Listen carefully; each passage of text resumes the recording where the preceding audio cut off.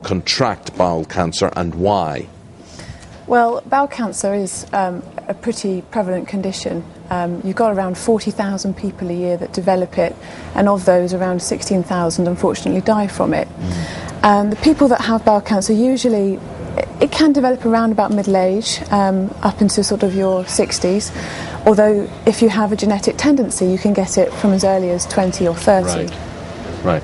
So it's interesting, a lot of people may look at this and say, how can we afford in a cash-strapped NHS to offer a service like this? But I suppose at the moment, not detecting it, and you're talking about the thousands of deaths every year, must cost an awful lot of money. Well, that's right. I think the projected figures are around about a £60 million investment into providing flexible sigmoidoscopy to patients from the age of 55. And that's over 4 years, I believe. But as you say, comparing that to the cost of having an undiagnosed bowel cancer, which then has to be treated at a much later stage, can be a huge problem for the NHS and for also the families involved. Now, is this a respecter of sex? I mean, you said basically if you're over 50, you're in the risk zone there, 50 to 65 or so. More men than women, or is it equally applicable? Well, the screening programme is going to be rolled out for men and women.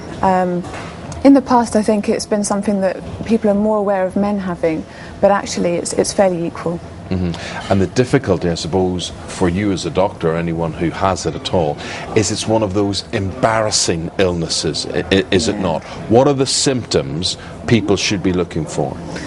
If you've got anything like a change in bowel habit, blood in your poo, black poo, weight loss, or any new abdominal pain, then that's when you should go and see your doctor.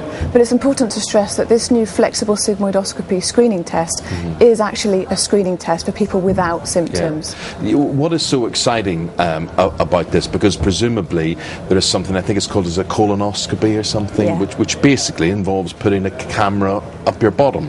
Essentially, that's exactly what they're doing. So is this a smaller camera, or what is different about this one? The difference is the amount of preparation involved and the amount of bowel that you see.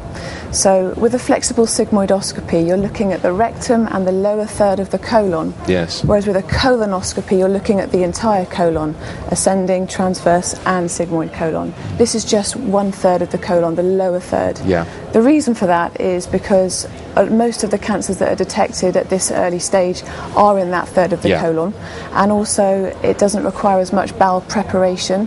You'd need an enema or a laxative. Meaning what? Clearing your bowel. Yeah, exactly.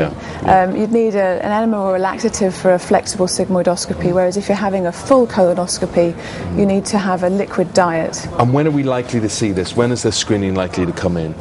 It's not yet clear exactly what the timescale is going to be, but I know that the Department of Health is hoping to roll out a pilot for people aged 55 and then continue to offer them the normal blood test stool sample as is the screening at the moment. Well, Gemma, thanks for raising a lot of points with that. We're going to be talking about it again in an hour's time on the programme. If you've got a concern, if you've got an experience of all of this, please do let us know. news@sky.com, at Sky Charlotte, at AMN Homes. That's Dr. Gemma Newman, who is a GP. Very nice to see you. Thank you very much indeed. Thank you. And always lovely to see Jackie Beltrao, particularly on this Thursday morning. Something just joyous about today. Tell us more. That's why I wore red. I thought it might cheer you up this morning.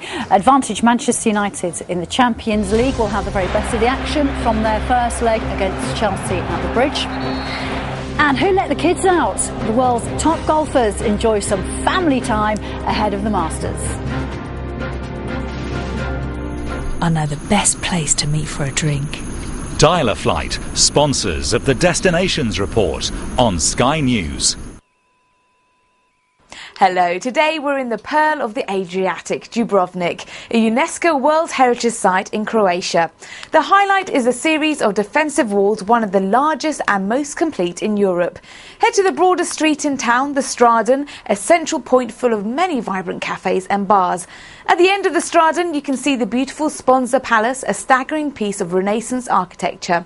Now, autumn is a pleasant time in Dubrovnik, in the low to mid-20s, while summers head to 27 degrees. Enhancing your travel experience. The Destinations Report, sponsored by Dial a Flight.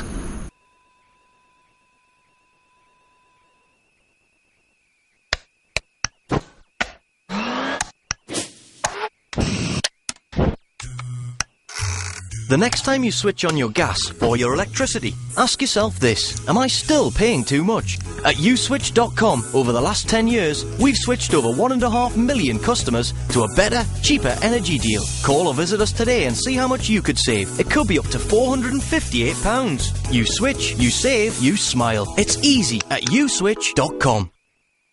It's the right ingredients and just the right amount.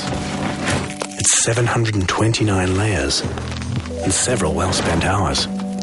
It's when 1 degree too high is too high. 1 minute too long is just too long.